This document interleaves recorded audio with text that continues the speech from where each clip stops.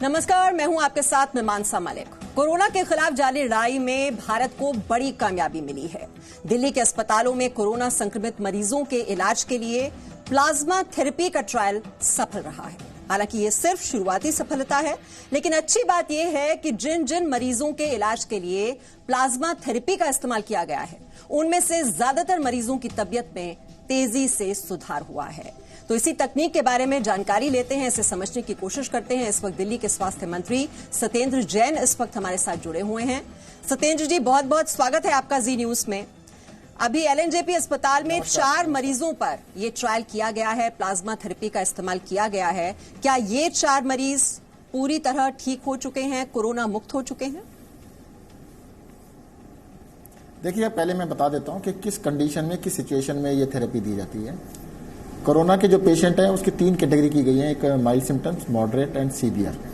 जो severe category के अंदर जो लोग हैं जिनकी तबीयत बहुत ज़्यादा खराब हो जाती है, सीवियर के अंदर भी से कहते हैं ना, आईसीयू के अंदर पहुंच जाते हैं, और जिनको लगता है कि इनकी लाइफ थ्रेटनिंग अब ये डिजीज हो चुकी है, उन लोगों के लिए, क्योंकि इसकी स्पेसिफिक कोई दवाई नहीं है, कोई वैक्सीन नहीं है, तो उसके लिए प्लाज्मा थेरेपी दी जाती है। प्लाज्मा थेरेपी का जो कॉन्सेप्ट ऐसे है कि जब हमारे शरीर में कोई भी वायरस आता है तो उससे लड़ने के लिए शरीर एंटीबॉडीज पैदा करता है उससे लड़ने के लिए। पर कई पेशेंट्स के अंदर वो एंटीबॉडीज कम पैदा होती हैं या लेट पैदा होती हैं, जिसकी वजह से वो फाइट नहीं कर पाते हैं। जो लोग ठीक हो जाते हैं, जिनको कोरोना हुआ और वो ठीक हो गए, तो उनके शरीर के अंदर एंटीबॉडीज होती हैं। उनके शरीर से ब्लड लिया जाता है, ब्लड में से प्लाज्मा अलग करके वो प्लाज्मा जिसके अंदर एंटीबॉडीज हैं, वो बीमार जो आदमी है, इन्फेक्टेड इंसान है, जो बहुत ही सीरियस कंडीशन में, उसको दिया जाता है। आप ये समझिए रेडीमेड एंटीबॉडीज मिल गई उसको। तो जो शरीर को एंटीबॉडीज बनानी थी, वो एंटीबॉडीज आपको दूसरे से ब्लड से डायरेक्टली मिल गई है फाइट करने के लिए। जी, सिंपल सा कॉन्सेप्ट है। ये काफी सारी बीमारियों में पिछले 100 साल से यूज किया जा रहा है, क्योंकि कोरोना का अभी तक कोई इलाज मिल नहीं पाया है, कोई दवाई नहीं है, कोई वैक्सीन नहीं है।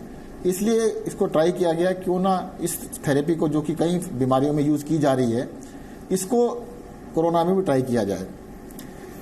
दिल्ली सरकार के लोकनायक अस्पताल के अंदर 4 मरीजों को ये थेरेपी दी गई है।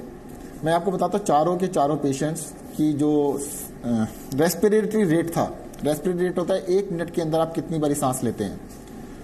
अगर नॉर्मल इंसान 12 से 15 बारी लेता है और 30 से ऊपर अगर चला जाए तो काफी ज्यादा माना जाता है। और सभी पेशेंट्स का जो ऑक्सीजन लेवल था, शरीर में ऑक्सीजन का लेवल 95% से लेकर 100% तक होना चाहिए। सभी पेशेंट्स का जो ऑक्सीजन लेवल था वो 85% या उससे कम था, और सभी की रेस्पिरेटरी रेट 30 से ज्यादा थी। जब चारों को जब दिया गया तो रेस्पिरेटरी रेट सबका कम होकर 22 से 24 के बीच में आ गया है, और सभी का जो ऑक्सीजन लेवल है 95% से ऊपर चला गया। सभी के अंदर एक दिखने लायक बहुत ही जबरदस्त, जिसे कहते हैं ना, इफेक्ट आया है, और काफी आराम उन लोगों को काफी मिला है। 2 पेशेंट जिनको 3 दिन पहले दिया गया था थेरेपी, उनको आज वार्ड में शिफ्ट किया जा रहा है आईसीयू से। बाकी 2 भी काफी, इसके अंदर काफी इंप्रूवमेंट देखा गया है। चलिए, बहुत ही राहत और सुकून की ये बात है। डॉक्टर जैन, लेकिन बेंचमार्क क्या होगा? ये जो गंभीर मरीज आप बता रहे हैं, ये किस तरह से आप डिसाइड करेंगे, और कौन से वो मरीज होंगे जिन्हें आप बहुत ही सीवियर कैटेगरी में रखेंगे, जिन पर इस थेरेपी का इस्तेमाल किया जा रहा है? इसके 3-4 क्राइटेरिया, जिसमें 2 क्राइटेरिया जैसे मैंने बताया। एक तो है कि जो सांस लेने की आपकी नंबर है, एक मिनट के अंदर 30 से ज्यादा, और साथ ही साथ अगर ऑक्सीजन सैचुरेशन लेवल 90% से कम है, तो अगर ये दोनों कंडीशंस हैं तो इसका मतलब आप इसके लिए मतलब फिट केस हैं, जिसको थेरेपी देनी चाहिए, सो दैट कि दोनों चीजों को एक साथ ठीक किया जा सके। जी, और डॉक्टर सत्येंद्र जैन, अभी कितने अस्पताल हैं? एलएनजेपी में तो आपने बताया 4 मरीज हैं जिन पर ये ट्रायल किया गया है। मैक्स अस्पताल में भी मैंने सुना था, वहां पर भी इस थेरेपी का इस्तेमाल किया गया और काफी सुधार देखा गया पेशेंट की तबीयत में। मैक्स हॉस्पिटल में भी एक पेशेंट के ऊपर ये थेरेपी का ट्रायल किया गया है, वहां पर भी उसको काफी आराम मिला है। दिल्ली सरकार को जो अभी परमिशन मिली है आईसीएमआर से और केंद्र सरकार से, वो अभी एलएनजेपी हॉस्पिटल में ट्रायल करने की परमिशन मिली है, और ये फर्स्ट स्टेज है। फर्स्ट स्टेज हमारी अगले 3-4 दिन में खत्म हो जाएगी, पूरी हो जाएगी। उसके बाद दिल्ली के सभी अस्पतालों में हमारे को ये ट्रायल करने का परमिशन मिल जाएगी।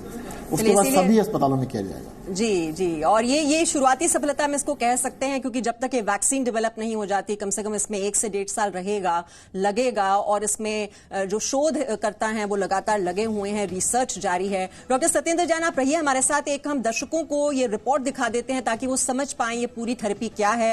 हालांकि बहुत तफसील से आपने समझाई भी है, और किस तरह से जो ये मरीज हैं जिन पर ये एक्सपेरिमेंट किया गया, ट्रायल किया गया, उनकी तबियत में कितना सुधार, इसी को दर्शाती हुई ये रिपोर्ट देखिए।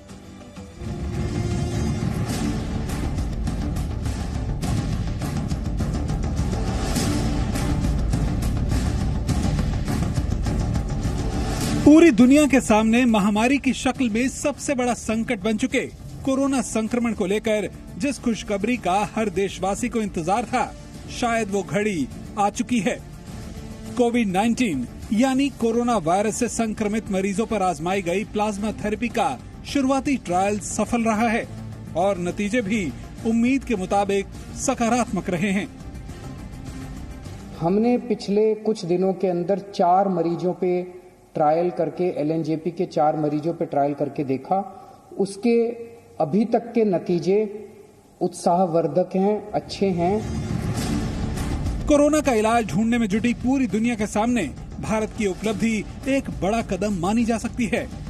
हालांकि कोरोना संक्रमित मरीजों पर प्लाज्मा थेरेपी का इस्तेमाल चीन, अमेरिका और साउथ कोरिया में पहले से ही हो रहा है, लेकिन भारत में अपने पहले ही ट्रायल में प्लाज्मा थेरेपी के मरीज का पूरी तरह कोरोना मुक्त हो जाना इस संकट काल में भारत की बड़ी जीत कही जा सकती है। सेकेंड स्टेज में मरीज आता है जिसमें लंग के अंदर इन्फेक्शन है पर बाकी ऑर्गन चल रहे हैं। उस थेरेपी के अंदर, उस स्टेज के अंदर अगर अपन प्लाज्मा दें तो हम वायरस को भी कम कर सकते हैं।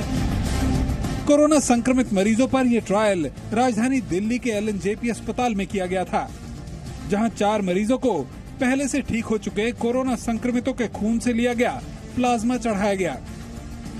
इसके बाद उनकी हालत में सुधार भी देखने को मिला। अभी जो 4 मरीजों को जिनको प्लाज्मा थेरेपी दी गई, उनके जो एंटीबॉडीज जो उनका सुधार हो रहा है, जो उनकी स्थिति में, वो इस तरह से है कि जैसे उनका रेस्पिरेशन रेट पहले 30 से ज्यादा था, अब 30 से कम हो गया। सैचुरेशन पहले उनका 85 था, अब 90 हो गया। तो वो इस तरह के हमें चिन्ह दिखने शुरू हुए हैं।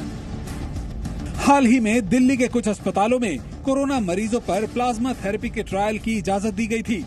अच्छी बात यह है कि लगभग सभी अस्पतालों में प्लाज्मा थेरेपी से मरीजों की तबीयत में सुधार हुआ है। मैक्स अस्पताल में तो जिस मरीज को प्लाज्मा थेरेपी दी गई, उससे मरीज को इतना फायदा हुआ कि वो अब वेंटिलेटर छोड़कर तेजी से ठीक हो रहा है। दिल्ली से पूजा मक्कड़ और अश्विनी गुप्ता के साथ ब्यूरो रिपोर्ट, जी मीडिया। और सत्येंद्र जैन जी हमारे साथ हैं। सत्येंद्र जैन जी, दिल्ली के मुख्यमंत्री को हम सुन रहे थे, वो रक्तदान की अपील कर रहे थे। ये डोनर्स आगे क्यों नहीं आ रहे हैं, और डोनेशन की जो बात की जा रही है, ये प्लाज्मा डोनेट कौन कर सकता है? देखिएगा, ये प्लाज्मा डोनेट वही कर सकता है जिसको पहले ही इन्फेक्शन हो चुका है, वो ठीक हो चुका है। जैसे मैंने पहले भी बताया था, जब आपको इन्फेक्शन होता है तो शरीर में लड़ने की क्षमता होती है, लड़ने के लिए एंटीबॉडीज पैदा होती हैं। आप ठीक हो गए, इसका मतलब आपके शरीर के अंदर सफिशिएंट नंबर ऑफ एंटीबॉडीज हैं और वो उससे लड़ सकती हैं, और एंटीबॉडीज काफी समय तक आपके शरीर में रह सकती हैं। प्लाज्मा जब डोनेशन करते हैं तो आपके शरीर से पूरा होल ब्लड लिया जाता है, उसमें से प्लाज्मा को अलग करके साथ ही साथ बाकी ब्लड आपके आरबीसी और जो बाकी डब्ल्यूबीसी वगैरह है सब वापस कर दिया जाता है। तो इसका मतलब पूरा ब्लड नहीं लिया जाता, उसमें से सिर्फ प्लाज्मा को अलग करके लिया जाता है। इससे किसी भी तरह से आपके शरीर को कोई नुकसान नहीं पहुंचता है, किसी भी तरह का कोई नुकसान नहीं होता है। तो मैं तो सबसे अपील करूंगा कि जो भी लोग इस महामारी से, बीमारी से ठीक हो चुके हैं, कम से कम एक बारी प्लाज्मा डोनेट करके आप किसी एक इंसान की जान जरूर बचाइएगा। दिल्ली शहर के अंदर 800 से ज्यादा लोग ठीक हो चुके हैं। सभी लोग अगर अपना अपना प्लाज्मा डोनेट करें तो कई सौ लोगों की जान बचाई जा सकती है। और इस दूसरी चीज ये भी है कि आपने जो प्लाज्मा आज डोनेट किया है उसको काफी समय तक स्टोर किया जा सकता है, और काफी समय तक यूज किया जा सकता है। जी बिल्कुल, और इसका कोई साइड इफेक्ट भी नहीं होता, और अगर आपके हाथ में आप किसी की जान बचा सकते हैं तो आपको जरूर आगे आना चाहिए। बहुत बहुत शुक्रिया हमसे बात करने के लिए डॉक्टर सत्येंद्र जैन। कम से कम हम ये तो कह सकते हैं वैक्सीन नहीं है, लेकिन ये रामबाण इलाज जो एक बेहतर विकल्प हमारे सामने है, हम इसका इस्तेमाल करें और लोगों की जान बचा सके। एक छोटे से ब्रेक के लिए रुक रहे हैं, लौटते हैं जल्द कुछ और खबरें लेकर। No signal, no worry. Presenting Z News app with live TV, latest updates and expert opinion. Available on Google Play and App Store. Download it now.